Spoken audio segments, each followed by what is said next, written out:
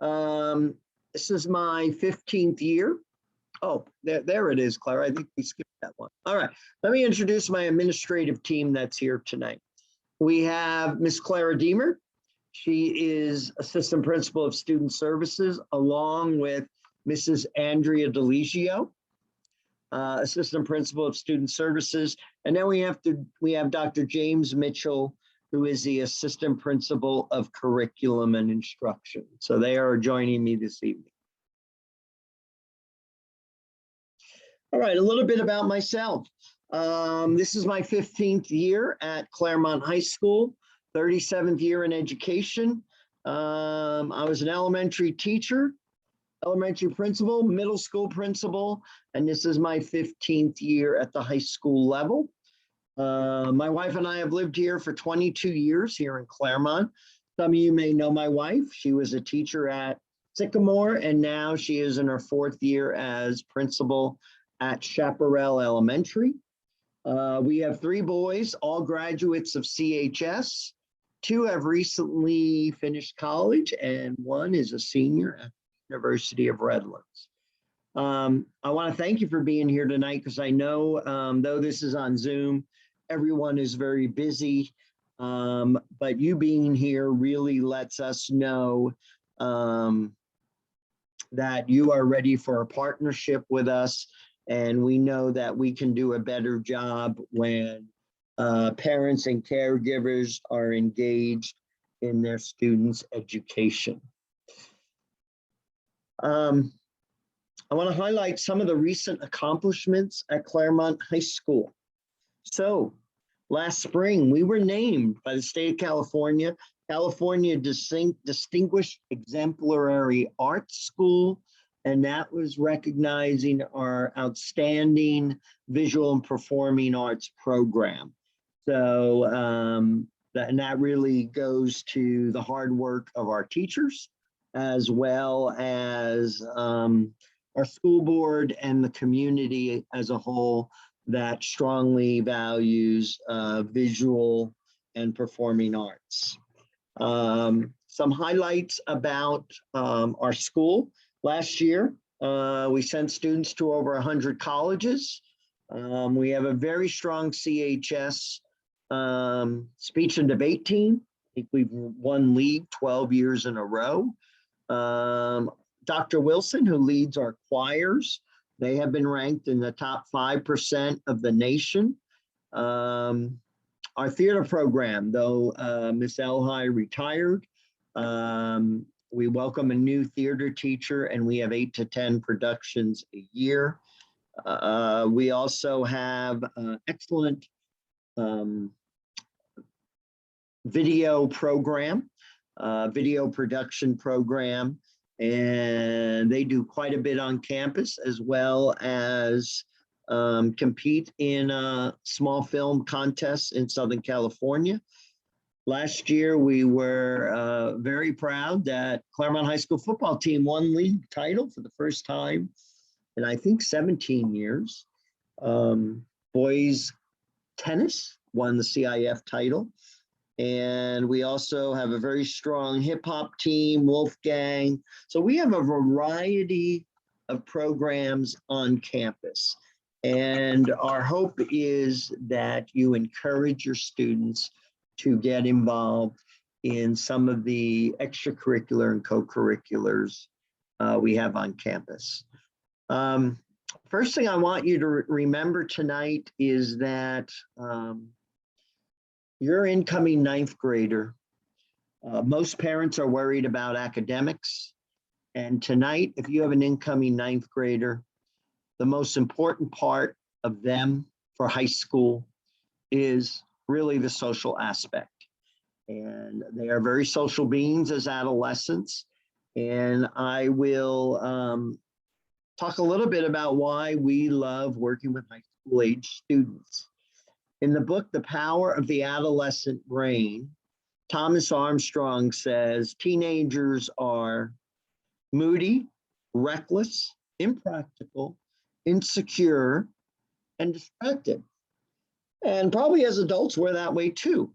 But Armstrong also adds, We should look at teenagers from an empathetic, strength-based perspective. They are very insightful, they're passionate, they're idealistic, they're sensitive, and they are very, very creative.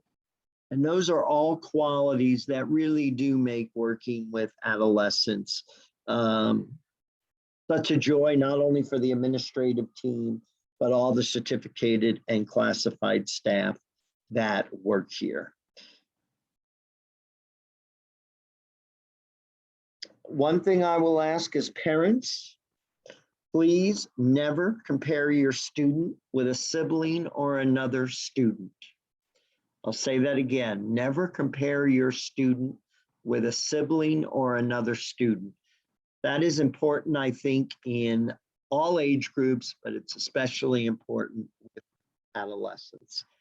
No, a lot has changed since you've been in high school. Really, there are still 4 things that high school students are really very important to them. First and foremost is friends. That is the absolute most important thing to them. Grades, though they may not admit it, they are worried about their grades. And we know with this incoming 9th grade class, they had part of middle school. They had no 8th grade at all on campus. And they're 9th graders coming to us. We are very aware that we have to be very empathetic with students. For many students, they have not been around large groups of students in a long time.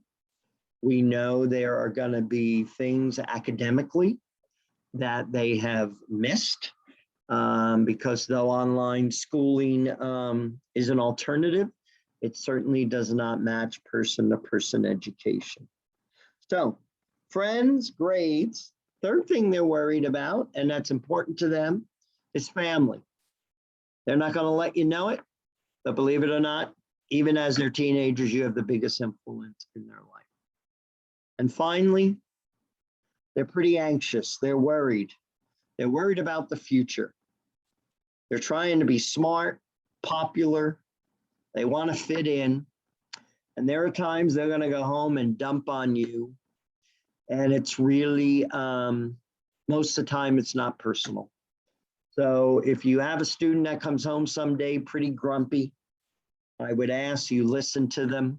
Obviously, you don't want them to be disrespectful, but sometimes they're just going to go home and they're going to need to be listened to. So we love teenage years. We think are great. We really enjoy working with them. And to the next slide, please. Our mission: commit itself to academic, social, physical, and emotional development of all students and prepare them to take place as productive and invested members of the larger world community. We really want to prepare them for career and for life. Notice our mission does not say all our students must have a 4.0. What we're really looking at is trying to meet the diverse needs of our students. And if we ignore their social needs and just focus on academics, we're going to have a problem. If we ignore emotional development and just focus on social, that's going to be a problem. So we really do realize the importance of the whole student. Our vision: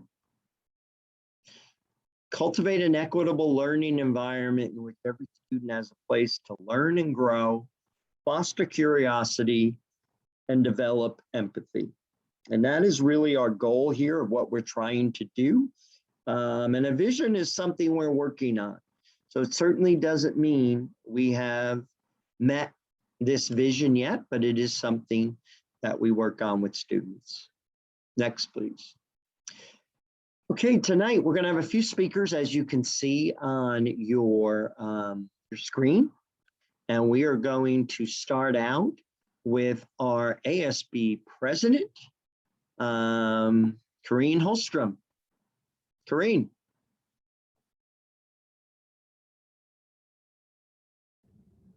So sorry, I don't have my video on. Well, that is just fine because we hear you perfectly. All right, perfect. Then I can just go ahead and get started. First of all, I'd just like to say hello and thank you so much, Dr. O'Connor, Miss Deemer, sorry, for letting me be here. And hello to all the incoming students, parents, and families. My name is Carine Holstrom, and I am the ASB president for the upcoming school year. I'm thrilled to be able to welcome you all as we return to campus following this unpredictable and challenging year. Throughout my years at Claremont High, I have had the utmost privilege of working with the most amazing staff, students, and parents to produce activities and events for the student body. This year, above all other years, it is crucial to bring the students together as one united pack. That's where ASB comes in. A group of 43 students, we work together to serve, creating rallies, dances, spirit days, service projects, and lunchtime activities to ensure that every student feels seen. Whether your incoming freshman plans on playing sports, participating in choir or band, joining clubs, striving for academic excellence, or all of the above, ASB provides opportunities for your student to make meaningful memories. Right off the bat, your student will be immersed in school spirit, urged to attend the first football games, fall sports rally, Sadie's dance on September 25th, and Club Rush. Club Rush is the time where all students will go into Central Quad and explore each of the clubs that CHS has to offer.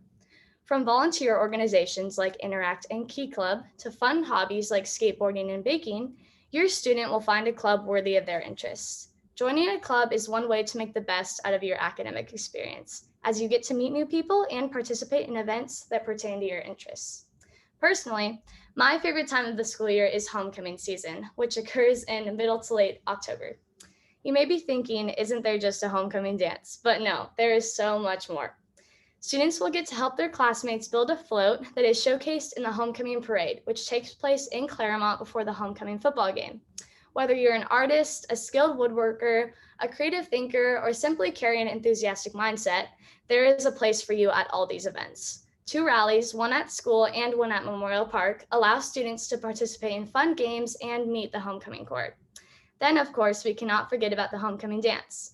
This dance is like no other, decked out in a specific theme, which will be announced. These activities welcome kids into the new school year and bring us all together as a student body. Throughout the year, there will be numerous other activities and events to keep your student involved. The night rally is especially exciting in March because the classes get to compete against each other in creative games. All year long, students have the option to participate in these events. For me, Claremont High School has provided numerous opportunities to grow as a student, leader, teammate, and friend. I hope that this year, above all other years, your student chooses to immerse themselves in all that ASB has to offer. I guarantee that we will not disappoint. Thank you so much for your time, and I cannot wait to make amazing memories this school year. Thank you, Carine, for being with us tonight, and we will see you tomorrow morning. Yes, thank you. PFA President Natalie Sanchez. Natalie, welcome. Hi. I was trying to turn my video on. It's okay. So hi, everybody. My name is Natalie Sanchez, and I am the PFA president here at CHS. A little bit about me. I have 4 children. Daniel is in the class of 23, and he's also on the cross country team.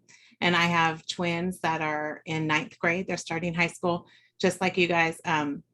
They are at Altaloma though. And then I am also Claremont alumni. So I graduated in, I'm dating myself, but class of 91. So I got involved with PFA. Actually, I've been involved with PTA in the past, which is very similar. I served on the board throughout elementary and junior high school. And I just really love the community aspect of PFA. And so that is how I got involved here. If you've ever been involved with PFA before, or PTA or PTO, at the high school level, it is a little bit different. from the elementary and junior high schools. So instead of one board raising funds for a variety of causes and programs, our fundraising here and most of our programs are done by individual booster groups.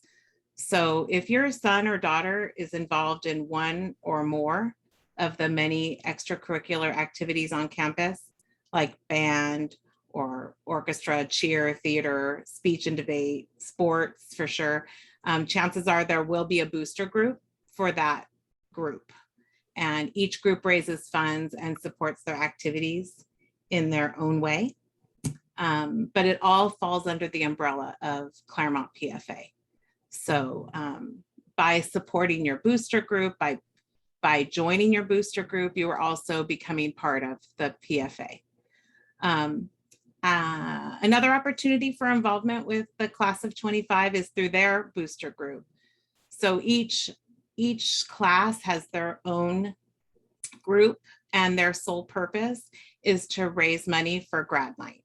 And if you're not familiar with grad night is a tradition at CHS where the class committees put on a special party on graduation night for the graduates and the parents to celebrate. The parents leave usually around 11:30, 12 o'clock, depending on the class, and the kids continue to party for the rest of the night and just have a blast. It's a really special night, and that is a culmination of their 4 years of fundraising and a solid year of planning. It's safe and sober, and it's held immediately after graduation. And the goal is to provide just a fun, unforgettable night for the kids, last chance for them to be together, and for them to have an opportunity to celebrate with their friends. So there's dinner and dancing, among other activities, with the parents beforehand. That ensures that you also get a piece of that celebration with your graduate. And then, like I said, you leave and they continue. It's a great night. So all that being said, though, your booster board, your class booster board, the class of 25, or if you're a new parent, whatever class you're in, they do need your support to make that event possible. So please, they're going to be there tomorrow at your registration. Stop by their table to say hi and meet them. They'll be in the breezeway of the new building. So, and finally, just being involved with PFA and boosters is a great way to just be involved at the high school level and to meet other parents and kids. And so if you have any questions about grad night or anything PFA related, you can contact me. We do have a webpage at chspfa.com. It has all the contact information on it. So thanks for listening to me, and I hope your kids have a fantastic freshman year. Thank you. Thank you, Natalie. Class of 2025 President, Valerie Jimenez. Hi, thank you so much, Dr. O'Connor. As you mentioned, my name is Valerie Jimenez. I have a son, Octavio, who is entering his freshman year, and he's my first child to go through. And so I'm kind of new to this, but we do have a full board, the class of 2025. And there are some parents on the board who have been through the process of grad night and are helping us to make that evening really special for all of our students. Our vice president is Lisa Demetz, our secretary is Amy Middleton, and our treasurer is Mark Olette. Some of those names you may recognize as parents, and if so, feel free to reach out to any one of us if you're interested in helping out or have any ideas for fundraising. As Natalie mentioned, the booster group, the class of 2025, what our primary goal is to raise funds for that night, that grad night. So we'll be doing that all 4 years. As she mentioned, tomorrow we will be hosting a table during registration. And during this time, we are going to be taking payment for grad night if you're interested in locking in the rate of $200 per ticket for your child. And then it's $50 per parent or guardian who will be attending. So for in my case, tomorrow, if I were to write a check out to the Claremont class of 2025, I would be writing a check for $300 for my son and my husband and I. The cost of grad night may go up depending on our fundraising. The night, what it will entail will depend, of course, on how much funds we raise. So the more money we have, the more activities and giveaways and things that we can do for the kids. So we are planning several events this school year. We do have some like dinner night outs planned. We have apparel sales coming up and silent auctions, things like that at the homecoming game. The class of 2025 will have a booth where we'll be selling some things. And then also during homecoming week, the float day will be out there as well, supporting our students and doing some fundraising. If you are interested in helping or have any ideas, feel free to contact us at Claremont High 2025 at gmail.com. You should have received a flyer that has the class of 2025 information. It was a welcome letter, and it has our email as well. We also asked if you could reach out to us and let us know your email, your child's name, and a phone number. And if you are interested in participating in some capacity, and we will get you on our mailing list. We will also be starting up social media for the students and for parents.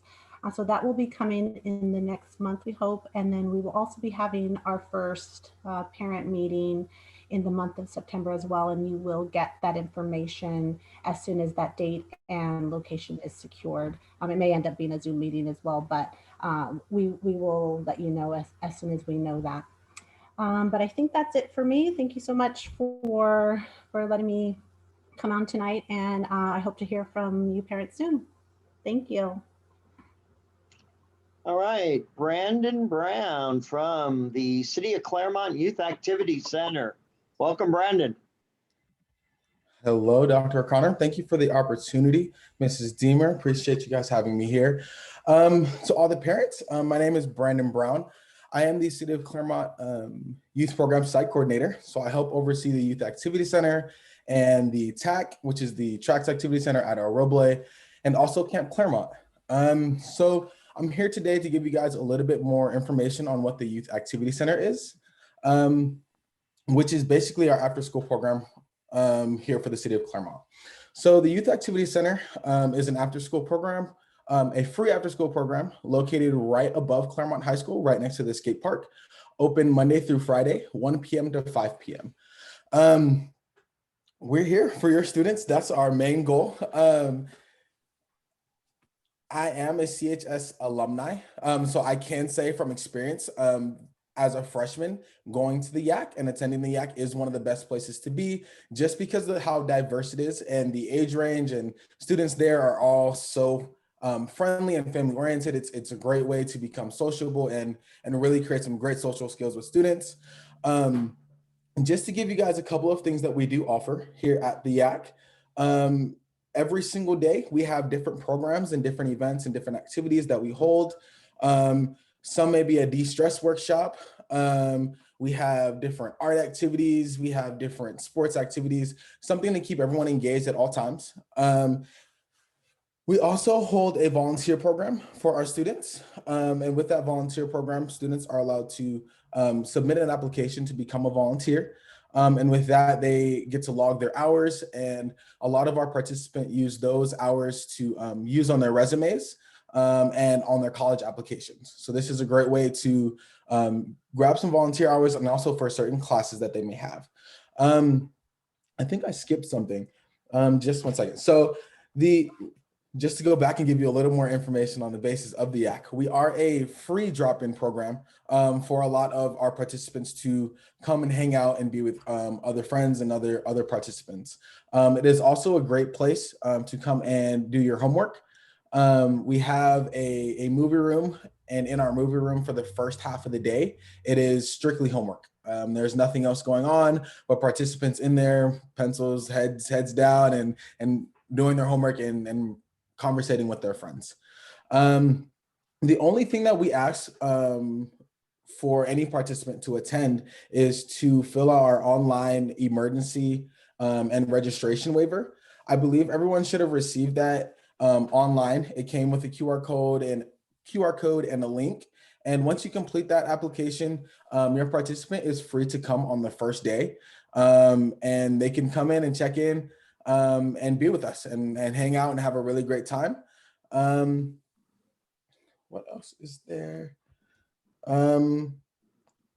Yeah, I think that's about Brandon, what are your hours?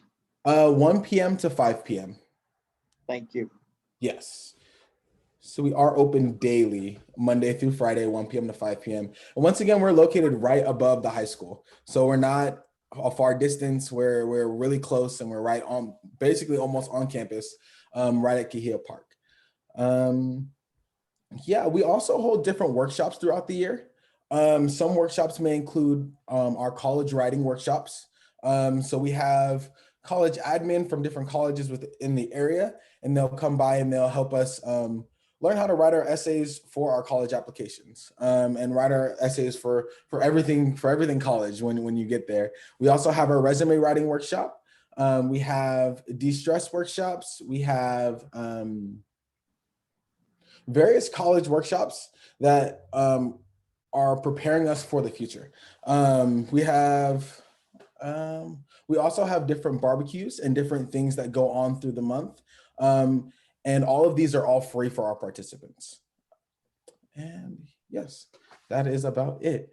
I thank you guys for having me out today. And if you have any questions, feel free to go ahead and email or send your participant in with their questions, and we'll answer them when they get there. I definitely hope to see all your participants during the school year. Thank you. Thank you, Brandon.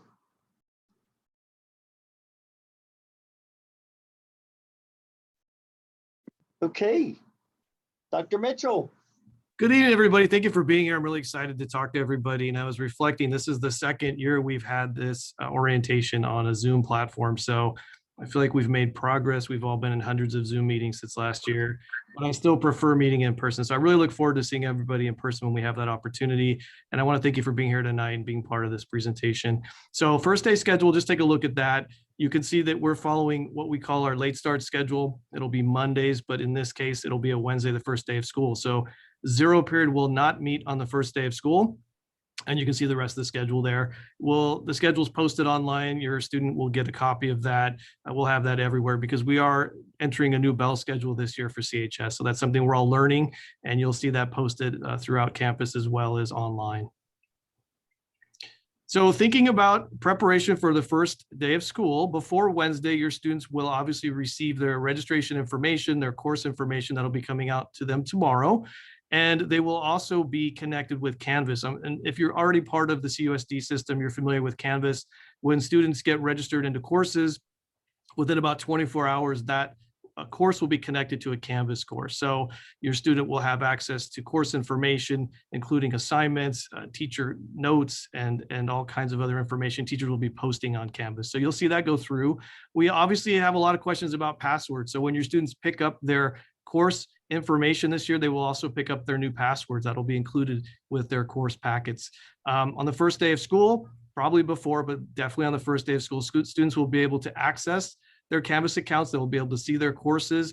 All students are issued school iPads. We'll talk about those in a couple moments. So they'll be able to access the Canvas class at home or on campus with their school iPad. If you run into a password issue, which does happen, then your student can email the school district. There's a password link there that will be posting that in various places as well. But if you or your student have a problem with a password, please email the district. They're monitoring that account and they will respond. And that's really the only way to get a password issue resolved. It's usually pretty fast. So we just want to highlight these items as we get started because we know there'll be a lot of questions about technology and passwords and other things that we're using in this day and age. This is the new bell schedule. I won't go over all the schedule. I know it's kind of hard to read on the screen, but again, you'll see this posted online. You'll have access to it. Your students will have access to it. But really quickly to go through it, on a typical school week, we'll have a Monday late start. Then we have a Tuesday, Wednesday block day. And you can see on Tuesdays, the block schedule will run 0, 1, 2, and 6. Okay, so Tuesdays again, 0, 1, 2, and 6. Wednesdays, the block schedule will run 0, 3, 4, and 5. And then Thursday and Friday are what we're calling traditional days. So that's a new schedule for us. We are starting later. As you probably are aware, there was a state law that was passed a couple of years ago mandating that schools begin for the most part at 8:30. And so we are in advance of that. That goes into effect next year. But we and many other local high schools wanted to prepare for that. So we're preparing for that with our new bell schedule. Course of study. I love to talk about curriculum, and I could talk about it a lot. I could talk about it all night, but I'm going to be really quick. We offer a lot of courses. We're really proud of what we offer at Claremont High School, and our curriculum is very student-centered. And every high school will say that they're student-centered, but we really mean it. And I think today you can even, or tonight, you can even see examples of that. We had 2 students on our Zoom tonight. And anytime when you come to a CHS event, obviously in typical times when we're physically there, you're going to see students, and students will often be running the event. So the adults are essential here, but the students really take a role, and they play an essential role in everything we do. And we highlight that in a very meaningful and authentic way. So we have a student-centered curriculum. We offer a lot of various courses, including honors, AP, IB courses, 3 languages. As Dr. O'Connor mentioned earlier, we have a fantastic visual performing arts department. I would say one of the best in Southern California. So I really encourage you and your students to explore the possibility of taking a fine arts class, whether it's a performance-based class or another class that we offer. And if you're not interested in taking the class, come to a production, come to a performance. They're really, really fantastic. You'll get a lot out of those. And many of the performances are designed for all ages. So they don't have to be just high school students. All ages are invited to come to our performances. We offer a variety of science classes, math, and we have CTE classes. We have an AVID program. You're probably familiar with our full IB program that will begin. The diploma program begins at the 11th and 12th grade levels. We're also, as a district, entering into a middle year program. So there's more information will be coming out about that. And we also offer concurrent enrollment opportunities. That means that your students can go to Claremont High School, could be enrolled at Claremont High School, but can also take classes at colleges, including Claremont colleges at times and Citrus College. So we offer just a whole range of courses. It's really exciting. We're always expanding our course offerings. And I think, when you explore that, when you ask questions about it, we get into it, there's just so much more to see. So that I'll just start with that. If you have any questions about curriculum, obviously you could email me anytime. I'll get back to you. Also, your student's counselor is a great resource for those questions. Co and extracurricular. And this is really exciting to think about because obviously we've all been missing a lot of the activities that we have at a typical time. So we offer 22 athletics teams, almost any sport you can think of. We have a fantastic speech and debate program, mock trial. We have 80 plus campus clubs. And there was a question that came out earlier that I answered about clubs. That list should be updated pretty soon on the ASB site. So I'll ask our ASB director about that. If your student is interested in starting a club, there's a possibility to do that as well. And obviously the last year and a half, all the clubs were hosted online, but hopefully we'll get back into an in-person situation with those as well. As I already mentioned, visual performing arts, fantastic courses that your students can take. We have Link Crew. It's something we started just a couple of years ago, but you'll see that your students will see that in the next few days. The Link Crew team are trained junior and senior high school students that work with our incoming 9th grade students to really orient them to our campus, to welcome them, to provide support, and really make them feel at home as they enter into this new environment. And we are aware, as Dr. O'Connor mentioned, we know that many of our students haven't been on campus for quite some time, and that's different grade levels, not just 9th grade. So we're really looking forward to welcoming everybody here and doing our best to support your students while they're here. Technology, again, there's a lot to say about technology, and I think we've all become familiar in the last 2 years with a lot of different forms of technology, but obviously we have integrated email systems. So your student will have an email, a student email that they will receive, they've already received likely, and they'll use that to communicate. Your students' courses will be connected to Canvas. As I said earlier, Canvas is our online learning platform. Every student will be issued an iPad. So every student throughout CHS will have an iPad. Now, the question sometimes comes up, can they bring a different device? And so we have to highlight that the internet, the Wi-Fi on campus is only open to our district authorized devices. That means that if you bring an iPad from home or a laptop, it's not going to work on our Wi-Fi system. So yes, a student could bring something. They could use a hotspot. We had a student ask about that today. But in fact, we encourage all the students to bring iPads because they will work on our Wi-Fi, and the teachers will be expecting students to have access to all the apps that they'll be using in class. So we encourage your students to bring the school-issued iPad. Matt talked about Canvas already. School Links is our new program for college and career planning. So we'll be learning more about that, sharing more with our students as we move through this year. And then of course, we have a system called Parent Connect, which allows you, and another system called Student Connect, to look at grades, academic history, and attendance online. So if you ever have a question about a grade, you can check your student's grade through Parent Connect, and then you can send a question to the instructor or the teacher if you have a question about a specific assignment or wondering about what that grade is. So as we kind of wrap up this very quick discussion about course of study, as Dr. O'Connor mentioned with the school mission and vision, I really want to highlight that balance is really, really important. And we aim to balance academics with social and emotional engagement. We know that's been very challenging for our students and families the past 2 years. So we're really looking forward to providing that support any way we can. We offer so many things here at Claremont High School, and that's wonderful. But I always say to students and families, you don't have to do everything. So that's really important to highlight. It's a huge menu. You don't have to try everything on the menu, and you shouldn't feel like you do. And then finally, know that we're here to support you. It's really important. All of our staff members, all the adults here at Claremont High School are here for you, to support you as a student. And we are very student oriented, and that's why we're here. So we look forward to working with you, helping you, supporting you, and doing everything we can to make your time here very successful. Welcome to our orientation tonight. I'm Andrea DeLigio. I am one half of the student services team along with Mrs. Deemer. We have a split in the alphabet. So Mrs. Deemer services those students whose last names are A through K, while I service the students whose last names are L through Z. However, we do a lot of tag teaming and working with each other and collaborating, so we know each other's kids pretty well. Some of the things that we oversee in student services, discipline, obviously, attendance, school attendance review board, which is also known as SARB, our campus monitors, proctors, activities, facilities, and our mental health programs. Attendance is obviously going to be super important to your child's success, both academically and their emotional well-being. If they have that routine where they're coming to school regularly and they see the same people and have that foundation, that's going to really help them out as they grow in the 4 years they're here. Yeah, the classes are going to be a little bit tougher than they were in the past, but by having that consistent pattern of attendance, that's really going to be half the battle right there. If your child is absent for whatever reason, please make sure that you clear their attendance. We will send home a robo email. We send it home 3 times unless you clear the absence before that, so that you're aware that, hey, we've got an attendance situation. We need you to clear it. The student can't clear it. Sometimes the student will say to a teacher, oh, I'm leaving early because I have a doctor's appointment, a dentist appointment, or something else that they have to attend to.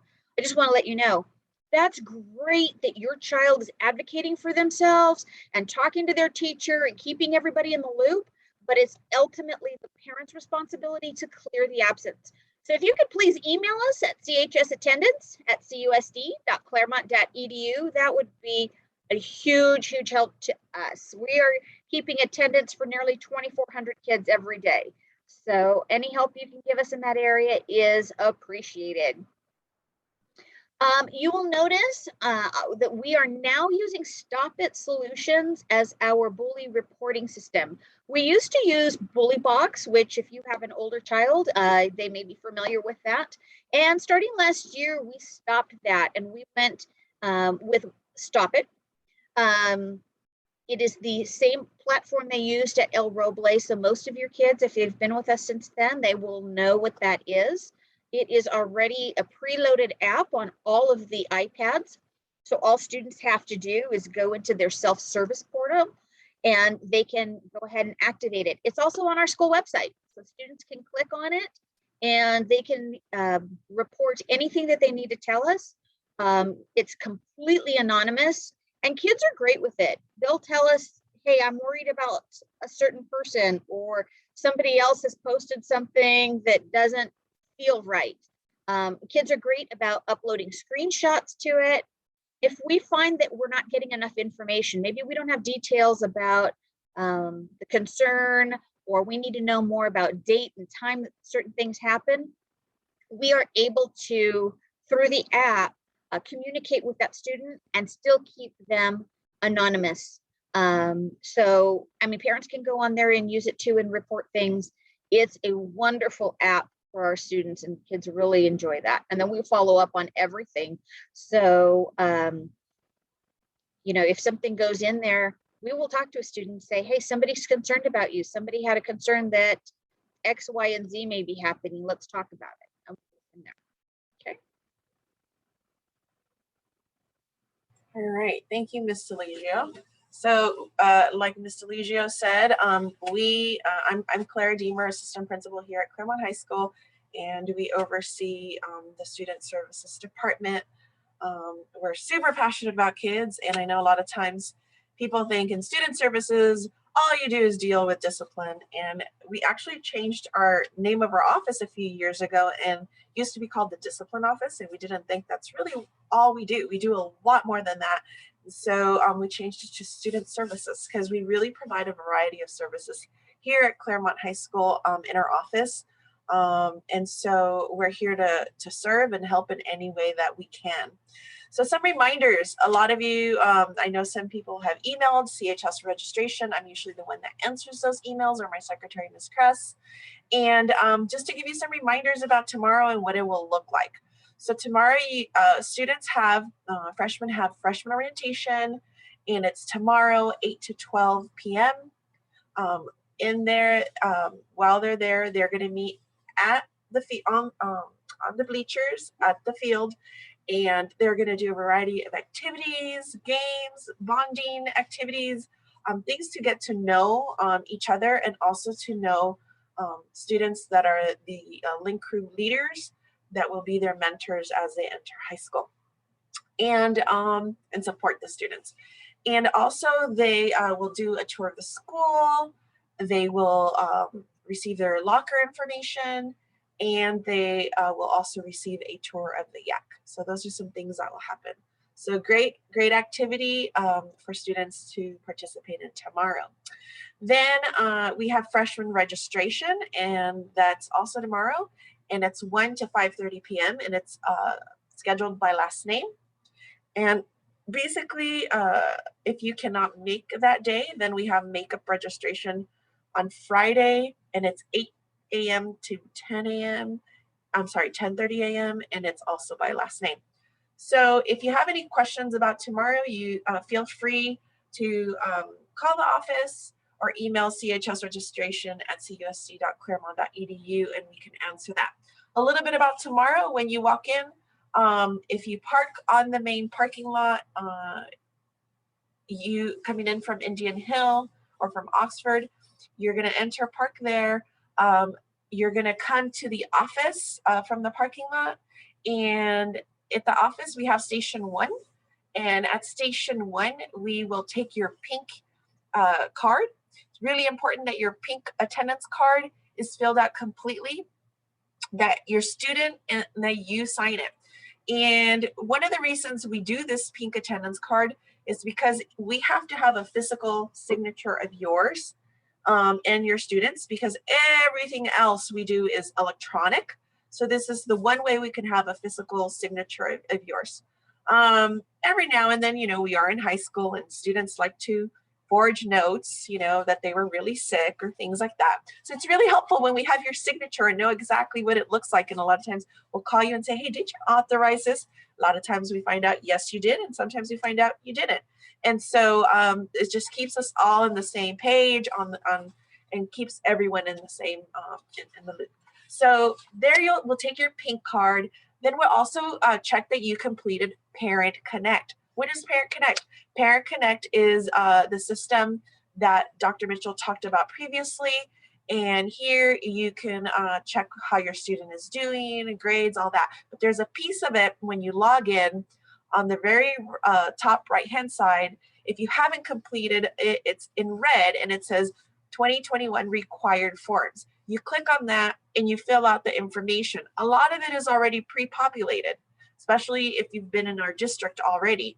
And so we do ask that you go through it and that you put in your contacts. We ask for at least 2 emergency contacts.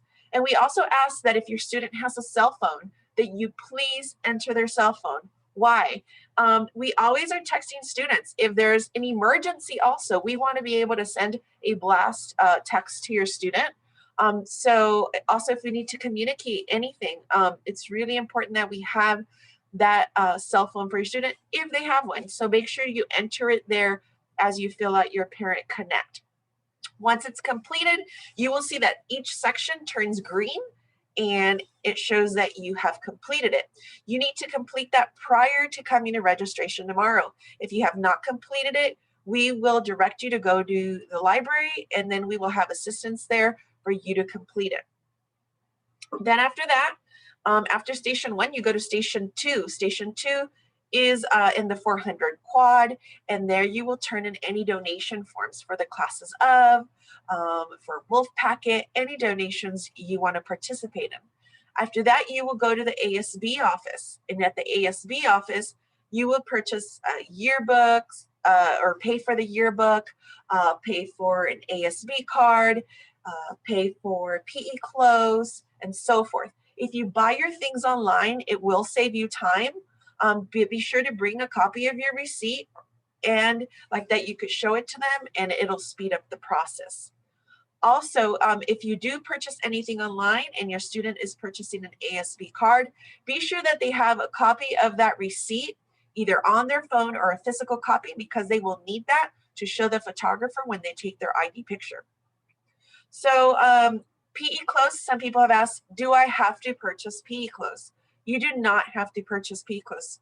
They do have to wear athletic clothing for PE, and we recommend you know, sweatpants and shorts, athletic shorts and t-shirts and so forth. And if you do not purchase the CHS PE clothes, you can wear, we suggest wearing colors like kind of like similar to the school colors, maroon, grays, blacks, whites, something like that. Okay.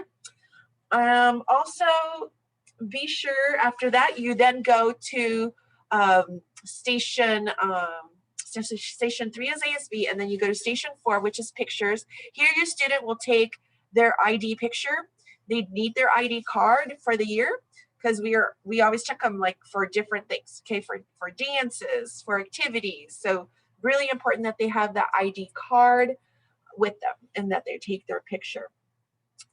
Also, then if you cannot make picture or registration this week, don't worry. We will have makeup pictures September 8th, and we will send more information for you on that. So if for some reason you're worried about it and you're thinking you're not going to get their ID picture, we will have makeups, okay? And we will send information for you. Also, health information at station 1. If your student has any health conditions, please report it. If you have any medication to bring in, our nurses are here to pick up that medication from you, take it from you with all your doctor's orders. Really important that you get that in initially. Also, any vaccinations, if you're missing anything, they will stop you. So make sure everything is in order, especially if you're new to the district, okay? And then after station 4, your student will go to the library. At the library, they're going to pick up their books, their iPad, charger. They are going to pick up their password information, their schedules. They're going to also pick up device insurance. We really recommend device insurance and registering your device for that. And it's something that's super helpful. If the iPads are stolen or break, they cost a bit over $310 to replace. So we always recommend that device insurance. And from the time we enroll or school starts, you have 30 days to purchase that. Also, they will get a paper of that. They will get the bell schedule. So they're going to get a lot of information. So feel free to bring a backpack or a bag just to carry it. Although right as they come out of the library, we have a tent, a red tent. It says lockers. You make sure your student stops there. And if for some reason they lost their locker paper, they don't have their locker paper, whatever the case is, they forgot their combination, stop there and we can give them that information, okay? All right. And that pretty much is the flow of registration so that you have an idea. It takes anywhere from 1 to 1.5 hours. Okay, and that's it on registration. Dr. O'Connor.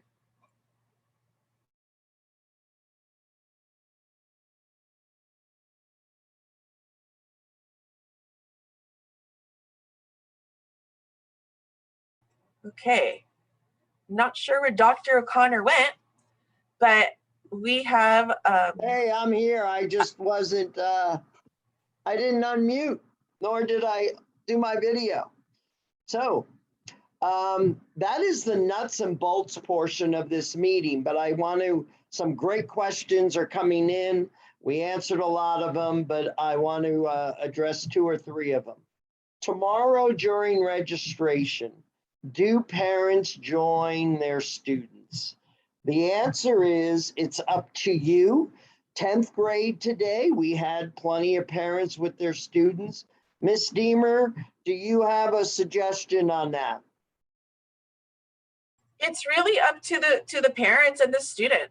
I had a freshman myself that just wanted to go on their own, and I had another child that wanted me with them. So it just really depends on what your student wants to do. Some of them feel more comfortable because they have had siblings here, and so they feel comfortable with the campus. Some of them are brand new, don't feel comfortable. So that's really a decision for you and your student to make. What does an ASB card cover? It does the following. If you buy an ASB card, students get discounts on dance tickets. When they purchase a yearbook, they get, they enter athletic events for free. Those are the type of things an ASB card allows students to do. Okay, I am going to get started a little bit on some mental health stuff. You are probably very aware, if you have been keeping track of the news the last few years, that the level of mental illnesses that are increasing really in students from grade 7 through college. And this is a nationwide phenomenon. Probably more students than ever are reporting they experience anxiety, depression, more so than ever before. So I'm going to talk a little bit about that, and then I'm going to talk about some basic parenting tips to try and make this year successful for your student. And my colleagues will continue to answer questions that are in the chat. And colleagues, if something comes up and you need to interrupt, please feel free to do that you think is important. Okay, so why? What the experts are debating, why do we have such a huge increase in our youth in this country experiencing depression and anxiety? And really, we think there are really 3 things that people talk about. One is the digital culture has certainly changed things for our students. Not that social media is all bad, but we do know that when students post something, they keep track of how many likes they get. So social media has certainly caused some anxiety for some students, certainly also with online bullying, etc. Okay. The other thing is cultural influences. When I was in high school, I don't remember everybody talking about going to college and which colleges allegedly were the good colleges and which colleges were allegedly not the good colleges.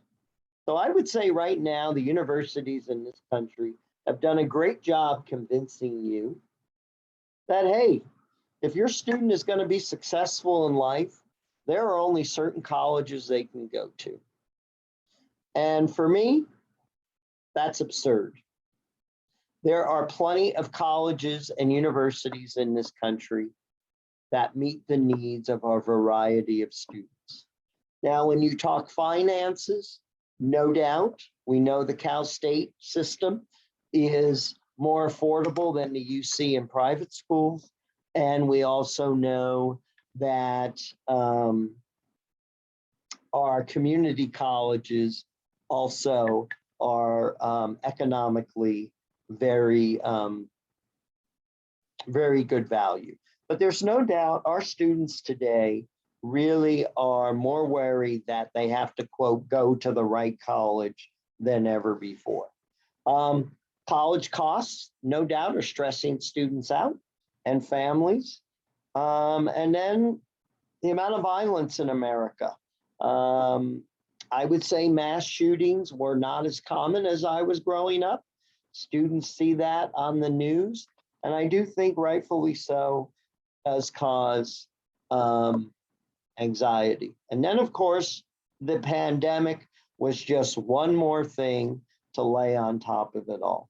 So I'll just give you some statistics how depression has increased in, I would say, the last 20 years. Right now, ninth graders, 39% of females and 22% of males say they have felt chronically sad or hopeless in the past 12 months. Okay. In grades 11, 46% of the girls and 35% of the boys, for a total of 41%, say they have felt feelings of sadness or hopelessness. Now, when we look at our students and our children, and we see they're disappointed about something, for adolescents, for many of them, when they have a disappointment, they think it is a failure.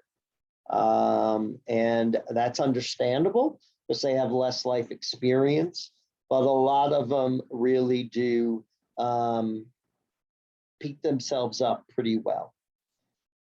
But I also say that our students today, on the surface, have to appear like they have it all together,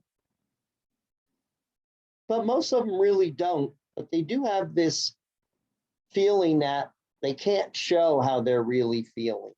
And at Stanford, they call it the duck syndrome.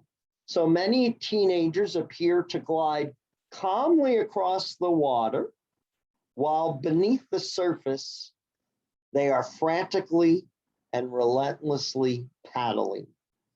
And I think for adolescents not to be able to necessarily feel comfortable sharing what they're feeling makes things more difficult as well. The other thing is our students today are probably more risk adverse than ever before and more focused on studies. So there's some good and bad to that. I would say we know right now the amount of time that students spend dating is probably lower than ever for adolescents. Of course, there are good things with that, but there are also negative things about that, that when students date in high school, they do learn about relationships. No doubt, most of them end up not long-term relationships, which can be very stressful for students, but that is not necessarily a bad thing. Students are going out less on Friday and Saturday nights. They are spending much more time online, streaming videos, talking online, but definitely they are not socializing as much outside of school. And that really probably, though there's some good things about that, there are some negative things about that. What can you do as a parent? And I would say, as a parent, our number one goal should be with high school students is you want students to be self-sufficient by the time they leave home for college or career. And I don't think anybody disagrees with that. That is what we want our students to be. But to get there is not easy. So what can you do to help build your students' resilience? And I'm going to go over some of the ones that the experts talk about. Number one, do you ever allow your student to stay home alone? We know when we were younger, it was more common. Today, many of our students, even the ones going into 9th grade, parents feel very anxious about leaving their student alone. Now, that may be because you're afraid they're going to burn the house down, or you're afraid somebody is going to harm them. Unfortunately, those things do happen, but I think things like allowing your student to stay home alone at times builds some independence and gives them life experience. Do you ever schedule and allow your student to go to a doctor's appointment alone? I'm not saying all doctor's appointments, but students certainly learn a lot when they go to doctor's appointments alone. You probably need to take them there. You can be in the car downstairs or wherever this is. But do you always have to go in with them? Another thing, if financially you can afford it, encourage them to get their driver's license. When many of us were in high school, it was a big deal to get a driver's license because if you didn't have it, you were isolated. Today, many students are in no rush to get a driver's license. Partly is because they can stay very connected on social media. Obviously, the cost of insurance, et cetera, has gone up quite a bit. But I think students who are able to get their driver's license learn a lot of it about responsibility. And they realize they're responsible for obeying the traffic laws and that there might be consequences for disobeying traffic laws. Do you ever let your students take overnight trips on their own? Now, of course, you have to be really careful of that, of what that situation is like. But really what we have been finding, a lot of colleges and universities are finding that incoming students in the colleges and universities are less resilient than ever before. Many parents call their college students to wake them up every morning. That was unheard of 40 years ago. College coaches never used to have to deal with parents talking about playing time on athletic teams. Now they do. Now, parents may be very well intentioned, but if we're always stepping in for our students to help them out or to make sure there's no way they experience disappointment, that can be extremely difficult when they are 18 and leave the home. High school years are great times for your students to make mistakes. Do we want major mistakes? Of course not. Some can be life-changing. But think about it. If your son or daughter is dating someone and they break up, it is so much better for them to be able to come to a supportive home and talk to their parents about that. So if they go away to school or they begin dating, after they graduate and they have some normal bumps with those relationships, many times the parents aren't there to help them. So I really hope that get an understanding that really for my kids, I preferred they made mistakes in high school because I know they make them in college and I don't know about them, but they also have less support. All right, what else can you do? So those are just some things of maybe how you can help your students develop resiliency. Academically, things you can do when they come home from school. So remember, you have an 8th grader that's just entering 9th. They're really not 9th graders, and they didn't even have intermediate school. So it's going to be an adjustment for them. That's going to be normal. I would say listen to them, but don't nag.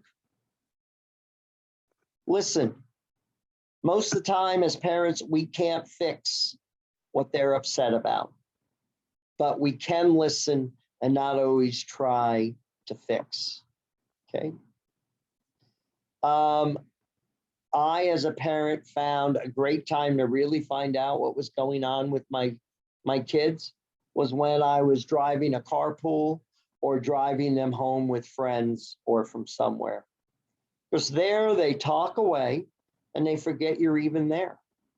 And that really is a real good insight, what's important to them and what's going on there in their lives. I would also say try to get them involved in something.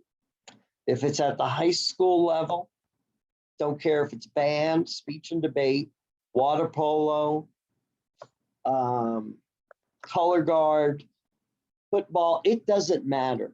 Them getting involved, students involved in school tend to have better grades and less discipline problem. Okay. What do they learn in those groups and on those teams? They learn about teamwork, how to build relationships. They learn time management. They learn persistence, patience, all those skills that they don't necessarily learn just in the classroom. So whether it is a school-related, extracurricular or co-curricular, or something else outside of school, them being involved in something is very helpful. If they don't want to be involved in any school activities, but want to start working, that can be very helpful for them to learn a lot of important skills. Of course, they have to balance academics and work, but they also have to balance academics and any extracurricular or co-curricular things they're involved in. Stay informed. Read what we send home. Most Sunday nights, I send home a newsletter. Teachers will send home things. Please read them. At home, create an environment that's conducive to studying. Some of you live in very small residences, apartments. If you have two students doing work and the TV's on and the music's on and they're all out in the same room, that could be very difficult to get their work done. So whatever that looks like for your family, try to create an environment that is conducive for students to get their work done. Okay. All right. Someone also talked about mental health concerns. Yes, our teachers are trained to recognize mental health concerns. We do more training with them than ever. And we have, not only do we have 7 of our counselors that do academic counseling, as well as social emotional, we also have therapists on campus. So we are really working hard to, we do a week called Mental Health Awareness Week to try and get students to reduce the stigma of mental health and for them to come forward when they feel they need support, if they feel like they don't feel comfortable going to a family member. And this year, for the first time, we're going to start something new. We will have QR codes on campus, and that if a student has a concern and wants to talk to someone, one of our counselors, they can scan the QR code and it will go into a location that can be screened by some of our mental health people. And if we feel they need immediate attention, they will get that. So we are really very concerned, like all schools are, about the emotional well-being of all of our students. Colleagues, you've been answering questions. Any general themes, anything you want to talk about that you're seeing come across?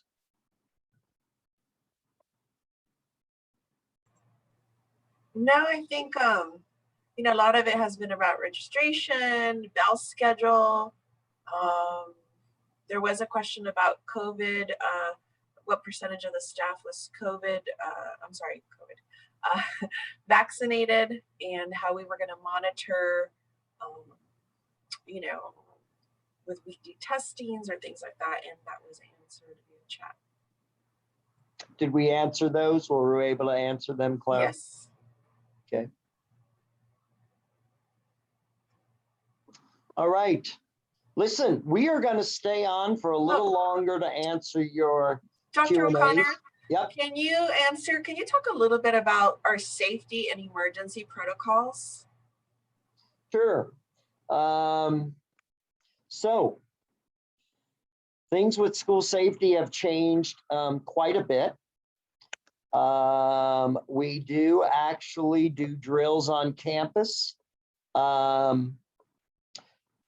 don't necessarily call them active shooter drills, but we do school lockdowns where we practice, whether it's at lunch or in passing period, what do we do if there's an emergency?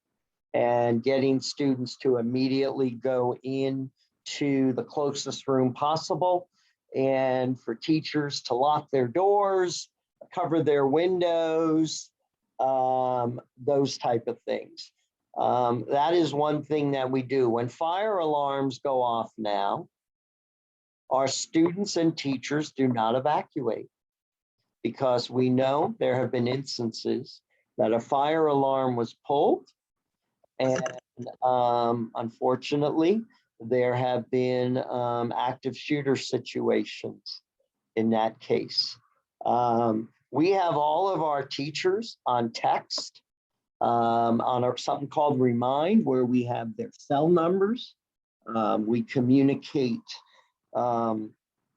regularly during any kind of emergencies via that. We have, say we have 40 cameras on campus now. What do we have, Clara and Andrea? Something like that.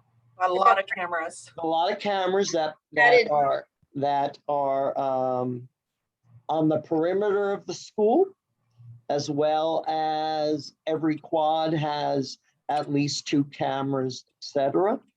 We do get a lot of information from the Stop It app.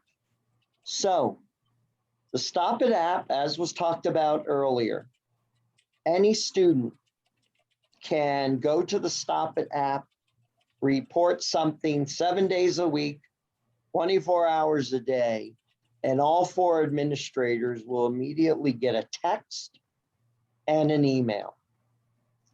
When we get that information, if it is something that concerns us, we immediately call Claremont Police Department. We work very closely with them. Very frequently, we will send officers to, if they live in Claremont, to do welfare checks on students or on homes. And if our students live outside the Claremont area, if it's too far away, law enforcement will contact other law enforcement agencies to do checks on our students. Really, our best defense for student safety is our students to be the eyes and ears of what's going on, and to create an environment and strategies where they can let us know what's going on without them feeling like they're narcs and that their names are going to be given up. And as parents, please, if you hear something, if you hear your student over talking with a friend and it concerns you, please email or call us. We are not going to take unnecessary action, because many times when we get the calls, it ends up to be nothing. But every now and then, it is important. So if something doesn't seem right to you, or if you overhear your son or daughter, please reach out to us and let us know immediately. That is the best way to keep our campuses safe.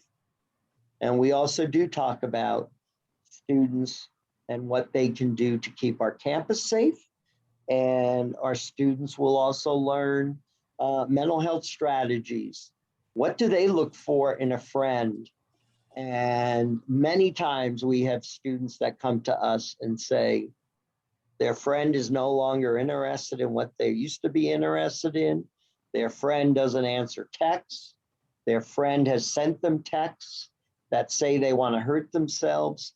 That open communication and back and forth is absolutely necessary. We are also fortunate now in the city of Claremont that if we have issues where students have expressed they may self-harm, we not only have our counselors trained, but I believe the police department during business hours now have sort of a pet team that can come out and do an assessment that's comprised of a counselor and maybe a psychiatric technician to help us with those type of things. Dr. O'Connor, there's several questions. Sorry, can you mute me because I'm echoing?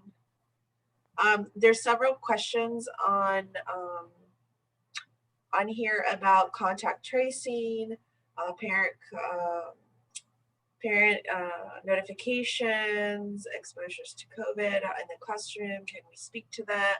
Also, the percentage of teachers and staff vaccinated, if that will be shared with families and so forth. All right. I'm gonna, in a second, let Andrea talk a little bit about contact tracing and how that's gonna work. So I am not allowed to tell you if a teacher is vaccinated or not. I will tell you that our human resource department is collecting that data. I would say for our certificated staff members, meaning classroom teachers, we are probably a little above 90%. Our support staff probably is not quite as high. However, there has been a new law passed that I don't know the exact effective date, but HR, Human Resources, will ask every employee to show proof of vaccination. If they cannot, they will be tested weekly here on our campus.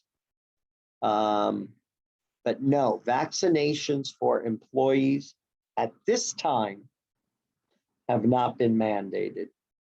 Will that change with the latest FDA approval? It may, but at this time, that is not the case. Andrea, do you want to talk a little bit about contact tracing? And I know there's a whole bunch of information on the website, the district website as well, but go ahead, Andrea. Definitely. We work very closely with both our school nurse here and the nurse that facilitates all of the school district to report cases. Cases do have to be reported to the Department of Health. It really depends on how many cases we have, depending on the number of students. Are they in the same classes together? And then we start doing the contact tracing from there. The number of days that a student has to quarantine all depends on their vaccination status. And then we, depending on how that contact tracing, depending on the number of cases, that really determines whether or not students are to stay home and work via Zoom, or if they are can come to school, or if we have to have a shutdown.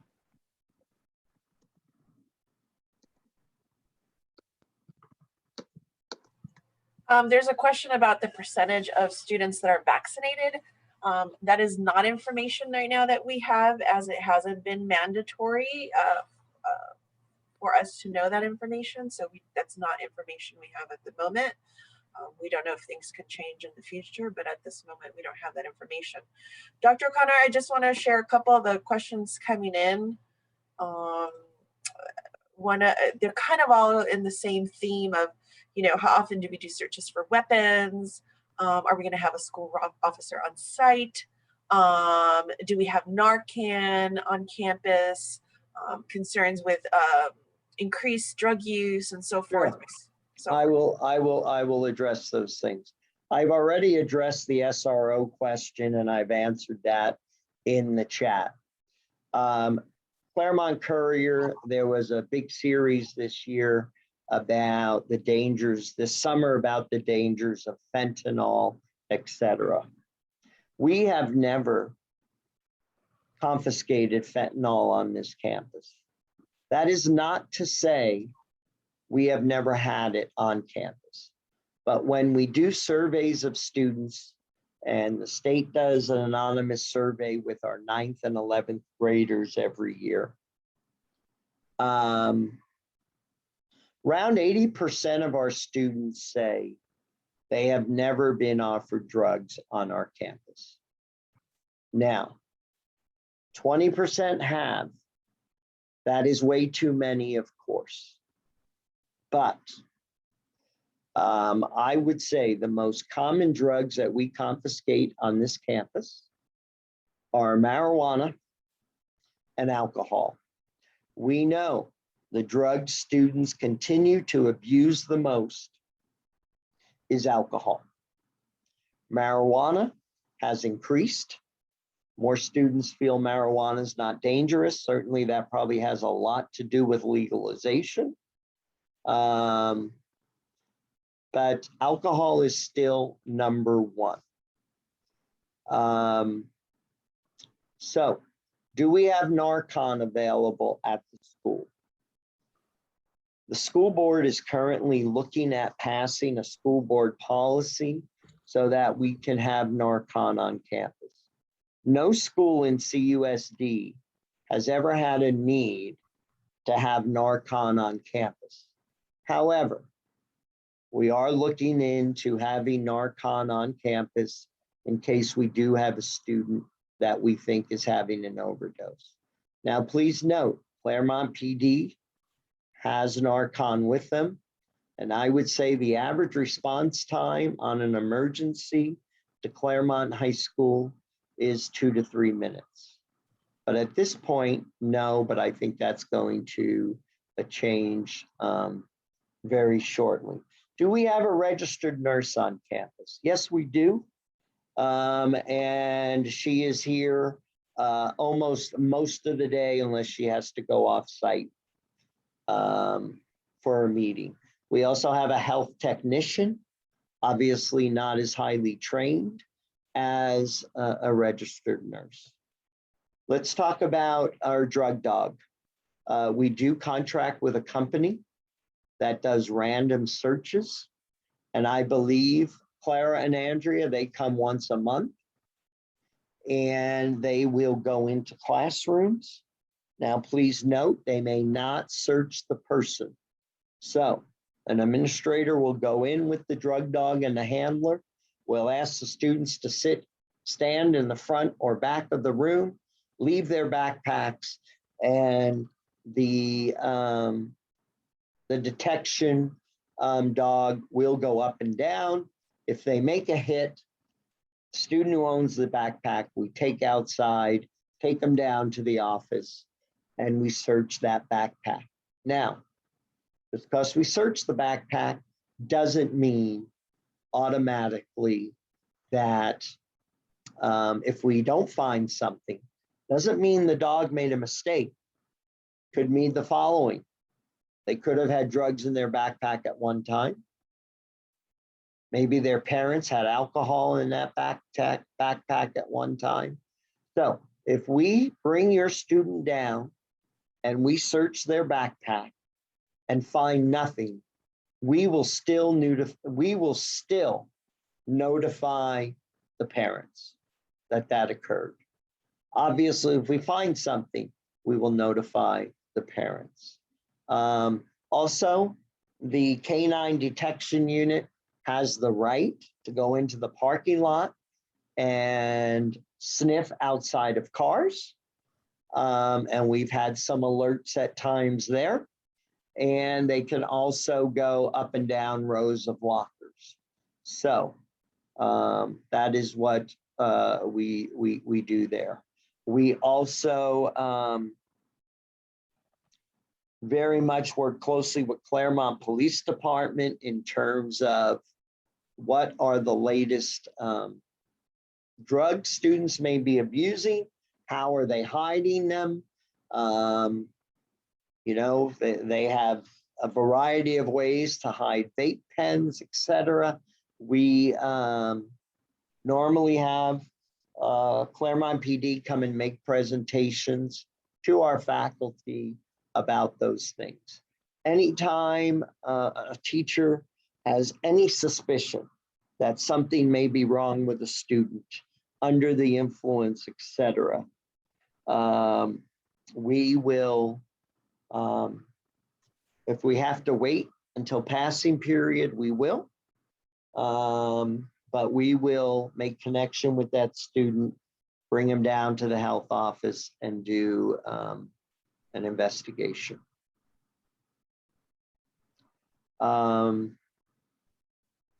Other things I didn't answer my colleagues about that specific issue. Anything you want to add? No, I'm not. I think you covered it. We have very few fights on campus. When I was in high school, I would say we had regular fights. That has changed dramatically at most high schools in the last, I would say, 10 years. I would say our campus is very, very safe.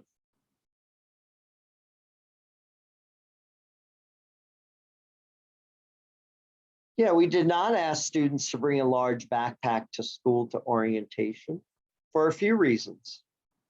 One is in rallies and in large gatherings, we do it for safety reasons. We don't necessarily know what students are bringing in their backpack, especially when there's a large event.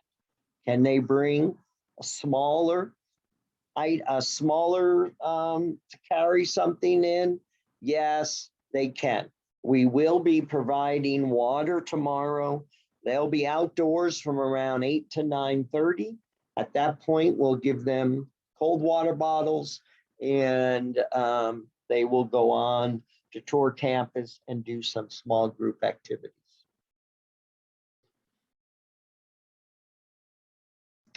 The district is going to offer free COVID testing on Thursdays, and it will be at Claremont High School. And the exact location, we do not know yet. My hunch is it's going to be in front of the gymnasiums. Have you had an update on that, Andrea? No, not at this time. We're still working those details out. Yep. But the district's going to do everything possible to allow families to get free testing, free COVID testing.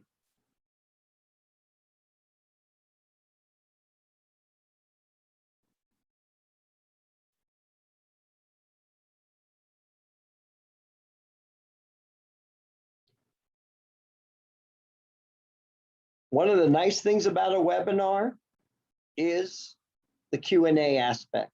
Get a lot of questions answered so everybody can see. Yes, registration tomorrow is freshmen only in the afternoon.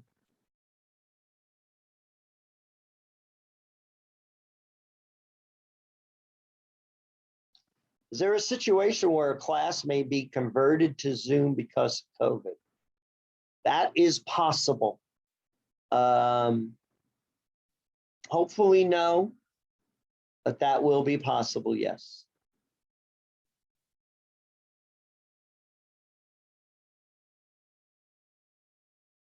If your son or daughter brings a backpack tomorrow, what we will ask them to do is during the large group assembly on the football field, we will ask them to put it down in front of the bleachers.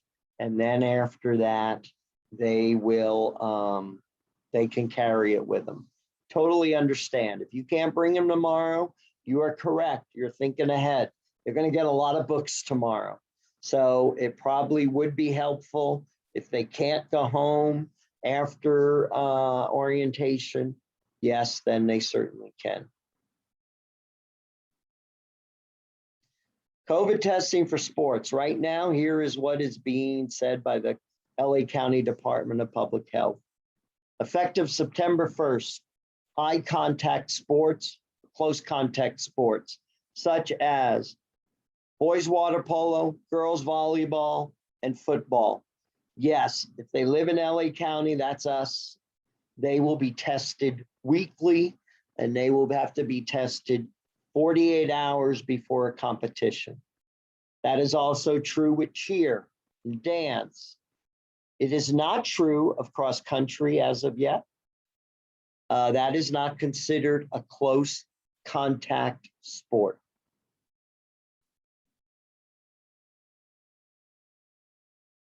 What is zero period? Zero period is an optional period. We cannot mandate teachers to teach zero period. And almost all students who get a zero period requested a zero period. What it does is it allows a student to get out earlier. Our zero period will meet 4 days a week, Tuesday, Wednesday, Thursday, Friday, from 7:30 a.m. to 8:25 a.m. As you know, starting next year, no high school can begin before 8:30 a.m. However, zero period is an exception. So that is what zero period is. Dr. O'Connor, just a common theme that keeps coming up in some questions is, for example, if there's an exposure and what are we doing? Like, do students go on Zoom? What happens with their classes? What do they do? Kind of what's the plan for that? And that's a common theme that's coming up. Andrea, do you want to answer part of it and then I will go from there? Well, one of the things that that I'm noticing is, what academic support we have. Our teachers have already been told across the district, have Canvas prepared just in case something happens and your class goes down or what have you. So teachers have been working on their Canvas pages just as they did last year so that students can access academics, access the work, and still manage to keep up as they can. Zoom, I believe, would become the option also, where they would be able to kind of Zoom from class. I know there were some concerns also about what if the teacher gets COVID? What will happen to the class in that situation? In that situation, we would have a substitute teacher in the classroom supervising the students, and then this teacher would Zoom in and provide a lesson too.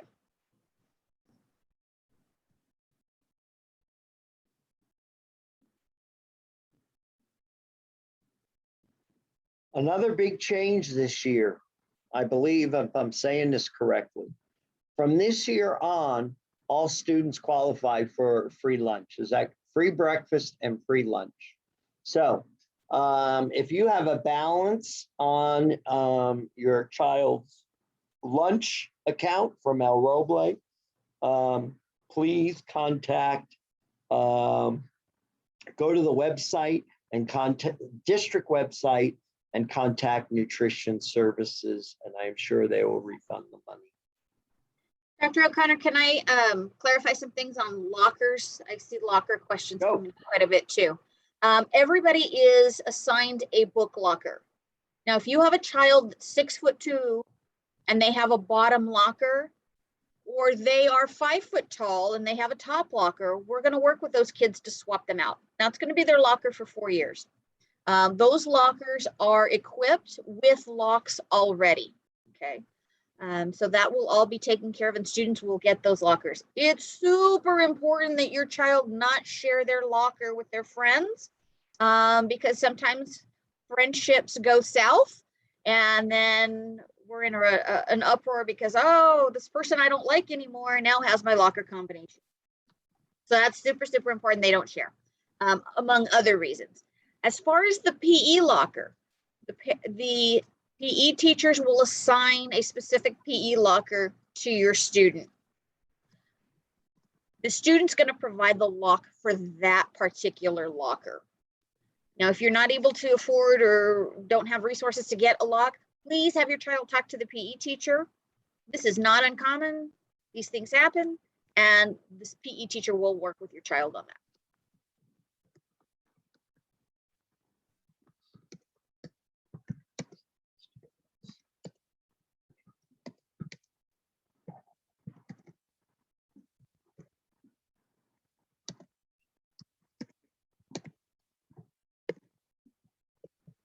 If a student tests positive for COVID, the students in their class will receive notification from us, either from us directly or from the school nurse in a formal letter explaining, it won't tell you who the student is, but that your child has been exposed to someone, and here are the various protocols that are in place and what needs to be done.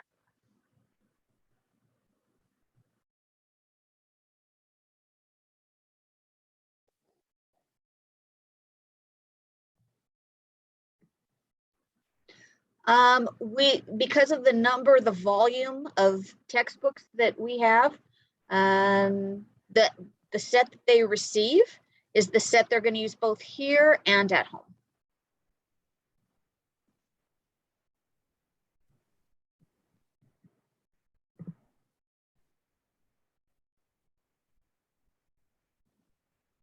James, I don't know the answer to this. If a student is a student athlete and they're vaccinated, do they still have to be COVID tested, or do they just show that they've been vaccinated? Yes, all students, I'll tell you that all students have to be tested regardless of vaccination status for sports. Please note those tests are free. Those tests are free. Well, nothing's free. We're all paying for them, but COVID money covers the tests.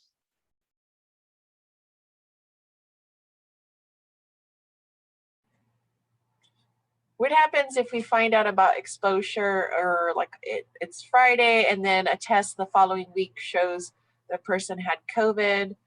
I think we talked a little bit about the contact tracing piece of it, where we would have to go back and see when the student had the initial signs, the first signs of symptoms, and then they're usually contagious 2 days before that, and so kind of backwards map. And then from there, determining the length of time that they were contagious, we go back to who they were with, if they were with a team, who they were, who were they around with that team, and exposure is less than 6 feet apart, and a continuous 15 minutes less than 6 feet apart. That constitutes exposure.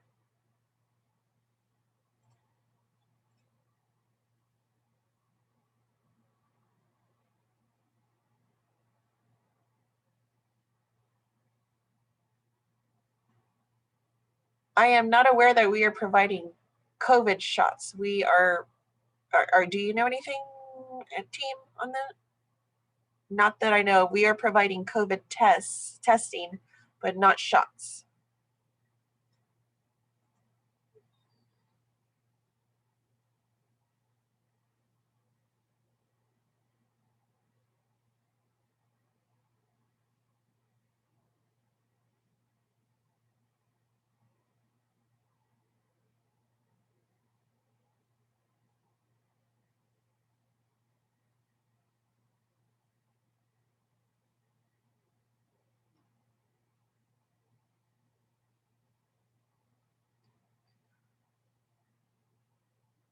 If your student has been exposed and you get notified, our district would tell you that we highly encourage you to get them COVID tested and watch for any signs of COVID to ensure that.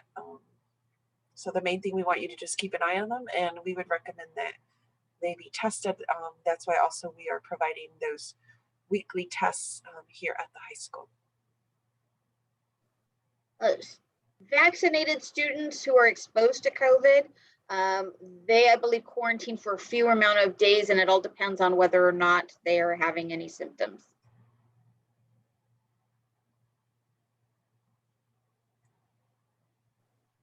Dr. O'Connor, you're muted.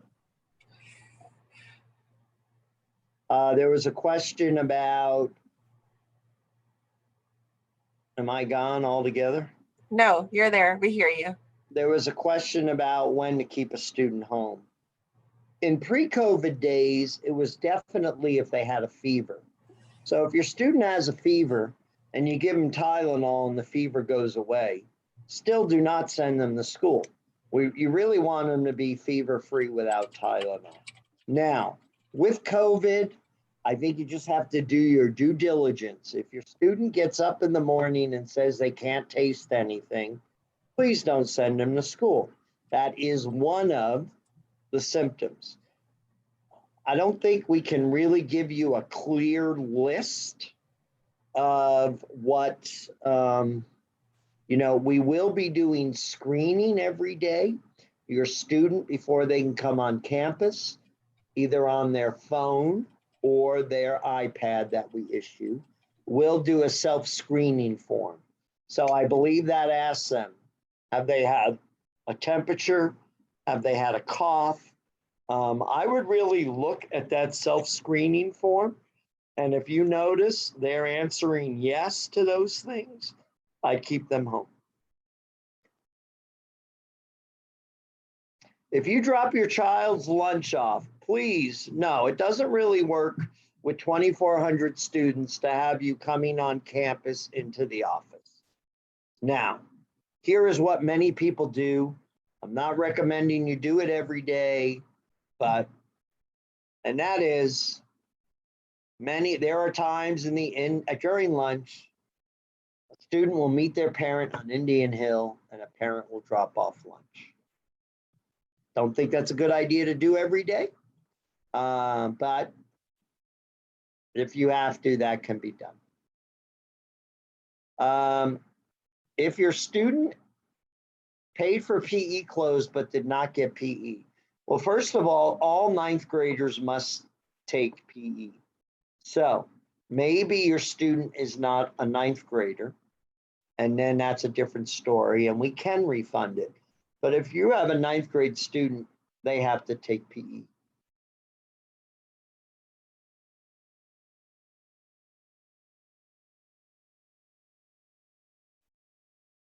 Cafeteria, I think somebody answered that.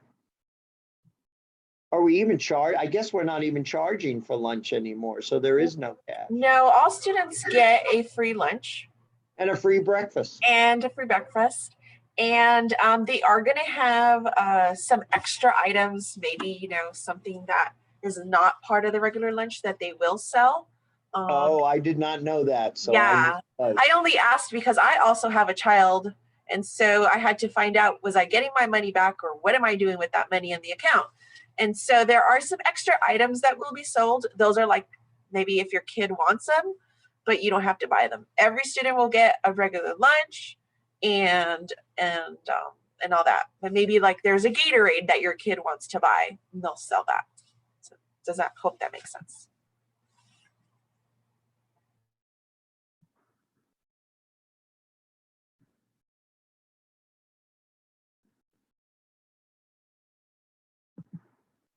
Lunch menus, usually you can find it on the nutrition services website. I'm not sure how often they are updated. If not, you can contact them and they could give you more information. Tomorrow, parents park. You can park in the main parking lot. You can access that off of Oxford or off of Indian Hill, and you turn into Claremont High Street, or whatever that is, the driveway. Kids are using their textbooks both at home and in the classroom. It's kind of like college in a way, that they're going to schlep them back and forth and they're going to use them. One of the nice things about the block schedule is that there are certain books that they can leave home during certain days of the week, and some of them that they will obviously bring. Many textbooks are now on electronic. So many teachers will tell their students how they can access their textbooks from home electronically.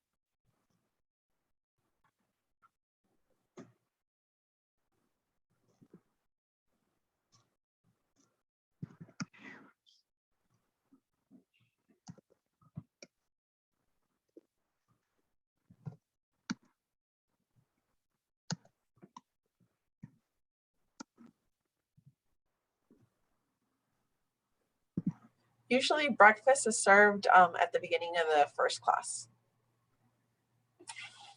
And that's a good question. I don't know really, Clara, with first and zero period. You know, in the past, it was, I believe it was served for first, it was served at first period. Or in between also they could stop. So in between classes, they could stop and pick it up too. Like in the morning. There was a question about Canvas I just wanted to address. Yes, Canvas is the established platform for all of Claremont High School. And so when students receive their schedule, that schedule will be linked to a Canvas course as well. So all classes are linked to Canvas, and students will be communicating with their teachers and other classmates even through Canvas. So that is the platform we are using for all classes at Claremont High.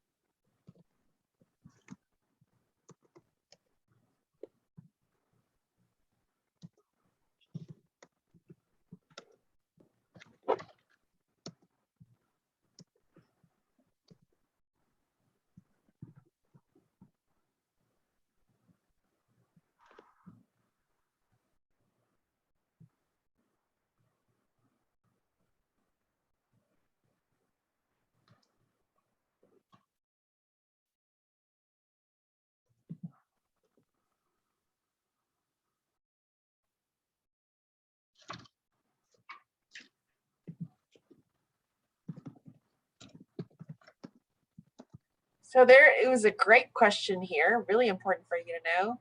What is the grace period between periods? It is 8 minutes. So a lot of times if your student says, I am late, the teacher marked me late, there are 8 minutes between passing period.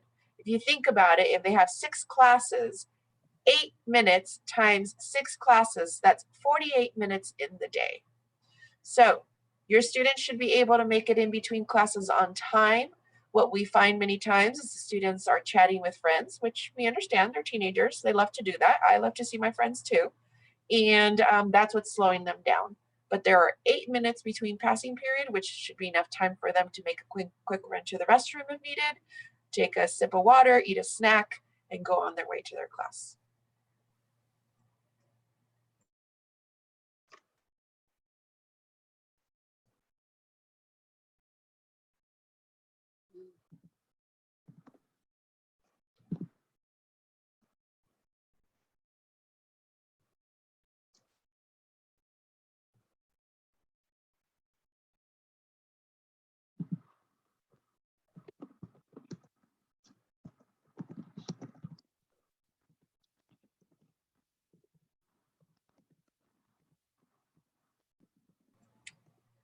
Eating off campus is for students in grades 10 through 12. And we look at grades, attendance, and behavior to issue those permits. And we do that within the first couple of weeks when school starts and we get rolling. And the parents need to give permission. Yes, absolutely. You need to give permission. We advertise, we send that information out, and we do check that you signed it.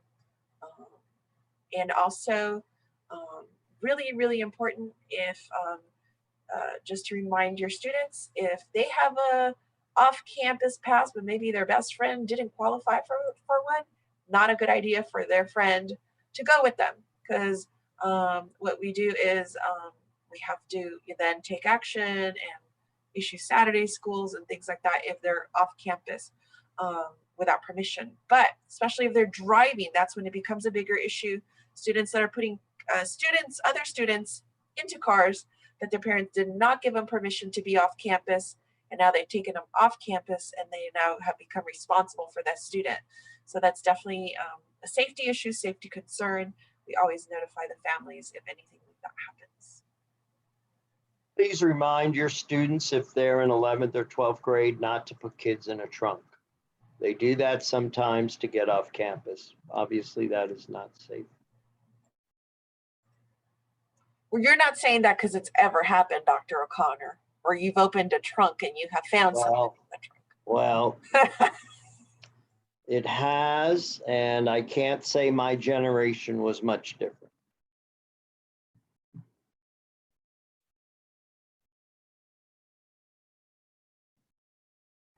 PE clothes, they're $10 for the shorts and $10 for the shirt. So $20 for both.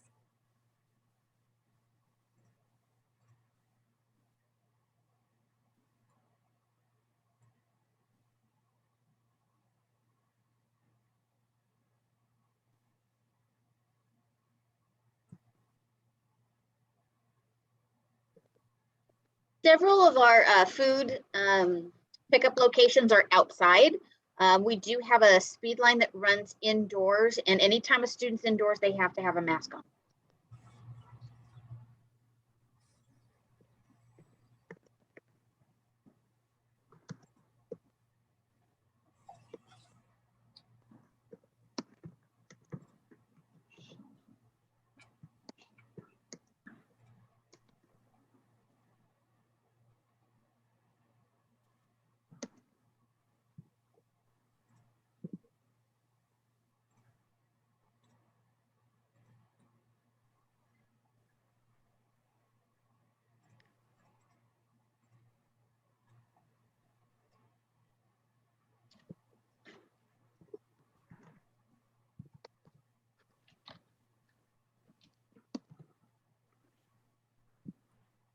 Usually for clubs, there is a teacher, a staff member that oversees that. So, and then clubs are approved and go through our ASB. So if your student would like to volunteer or your daughter would like to volunteer, they would have to go through the volunteer process, especially if they're doing that continuously, get fingerprinted, things like that. They would contact the staff member in charge. But we don't have clubs yet. That will come out, I believe, like the second week of school or something like that. They do a club rush, and then all the clubs are out there in the courtyard, and the students go around and can get information. The ASB card is $60.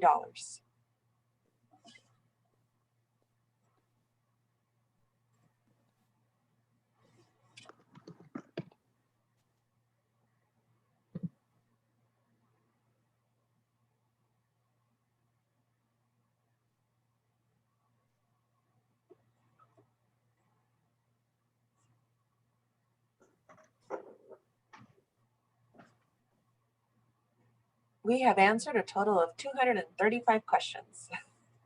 Hopefully it's been helpful.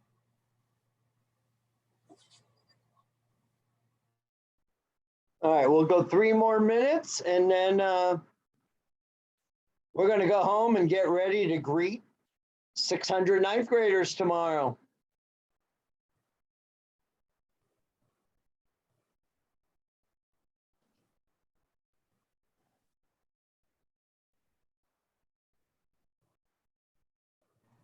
Yes, students will get their classes tomorrow. They will get their schedule. On the back of their schedule are their passwords. Super important for them to keep that schedule safe. Password information is on the back of that they will need for all login information. And I will say Friday is a great day to have your student come on campus and walk around and find out where all the classes are. Yes, we will have face masks available. If students they forget a face mask, not a problem. We got plenty of them. And we also have hand sanitizers in the classrooms throughout the campus. So yes, If your student forgets one, never a problem. We can provide them with one.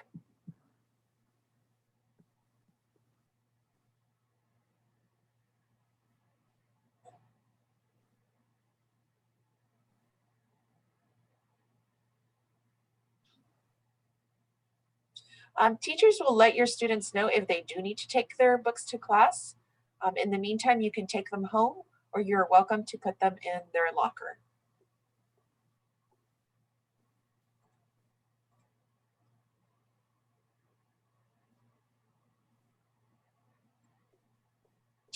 And if you ever need any information over the next couple of days, email chsregistration@cusd.claremont.edu.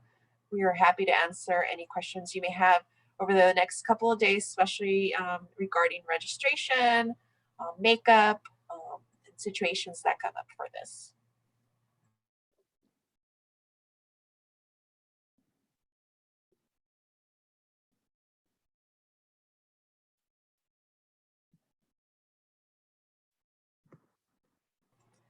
If a student gets detention, that is a 30-minute time period, 30 minutes after school.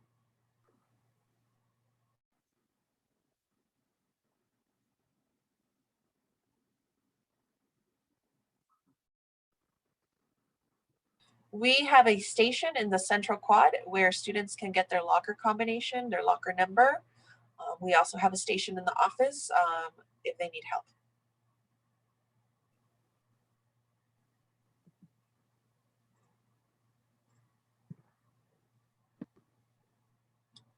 We do offer tutoring programs after school.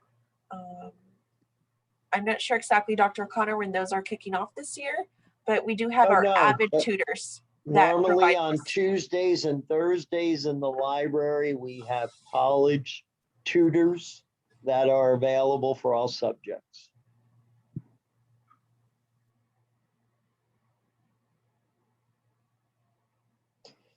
All right, we want to thank all of you for your interest, and we look forward to having a successful year and very excited to meet the class of 2025 tomorrow. Thanks a lot and have a great rest of the night.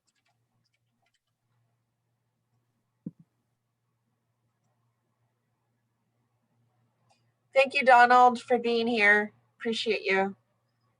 Good night, everyone. I'm gonna end this.